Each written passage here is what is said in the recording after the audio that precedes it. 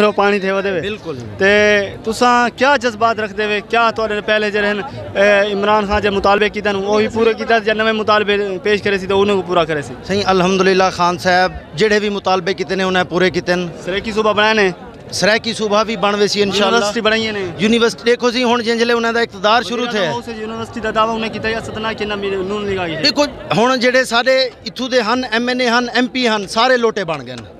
पैसे गिनते साइड ते थी कि जहरी गल है ग्रांट MNA MPA को मिलती है ना वो आते ही थम बनवावेन है ना जिसले वो पैसे गिनते लोटे बन गए। तो सही वजीर आजम हाउस बनना है यूनिवर्सिटी तो ना बननी है, बननी है ना हूँ तरीके नाल होंदी। हुण जिसले सारे पूरे इलाके दे जिन्हें को असा वोट दे के जितवाए से है, जिन्हें को असा अपना वोट दे के मेहनत करके सारे जीती भी हैं इत्थों दे PTI वाले जीतियन वो सारे लोटे बन गए सारे साइड ते थी। जहरी गल है हूँ दे बाद हालात भी इवें दे हन कि मुश्किल तरीन कोरोना आए पहले हूँ दे विच भी फसे रह गए, इंतहाई मुश्किल हालात हैं। हुण सीधे थीवण पैसे तो लोटे सारे सीधे थी गए उन्हें ऐसा को बर्बाद करके रख रही थे।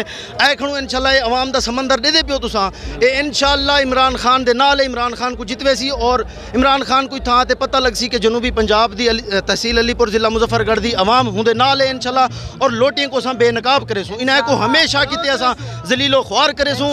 ये हुण किथों मुँह दिखावण दे नाराज़ हैं इंशाअल्लाह इन्हें असां को जितना जलील करवाए इन्हें किते असां दिन रात मेहनत की है। साकू पता कहना है कि ये इतना लोटे बन वैसन या ई हद तक गिर वैसन जमीर अपना वेच वैसन जमीर फरोश बन वैसन इन्हें सारे नाल बहु जुल्म किया है। अच्छा जेरे लोटे बन गए इन्हें को तुसा हल्के दे विच केरे रंग च देखदे पे इन्हें लोग के किवें पेश आंदे? देखो जी लोग बाहर निकले तो पता चले ना कोई यह जी इन्हों की कंपेन कहनी थी पई अल्हम्दुलिल्लाह जिथा निकलते लोटे लोटे नाल इस्तकबाल थींदे इन्हां दा असां खुद भी किते साडी आवाम भी किते हर बंदे किते लोटे लोटे आखते इन्हां दा इस्तकबाल थे जलीलो ख्वार थे ने लोटे हुण भी असां ऐसे लोटे चा के लोटे इन्हां दे हत्थे दे विच हन इन्हां दे लोटे साडे हत्थे इतना हन कि इन्हां दा कोई बंदा साकू रोडे ते नजर नहीं आया। दुकानदार हन बंद करते निकल गए घरें दे विच क्यों जिहड़ी आवाम अंधी पई है ना उन्हां दे सामने वो शर्मशार हन आ ना सकदे हन। हुण इंशाअल्लाह 17 को फैसला है 17 को इन्हें मुँह के उत्ते जड़ा धब्बा लग सी वो सारे को पता चल वैसी इंशाअल्लाह। अगर साफ शफाफ इंशाअल्लाह वोट थी तो खान इंशाअल्लाह 90% नाल जीते सी इंशाअल्लाह। जेड़े इतना उम्मीदवार हैं सारे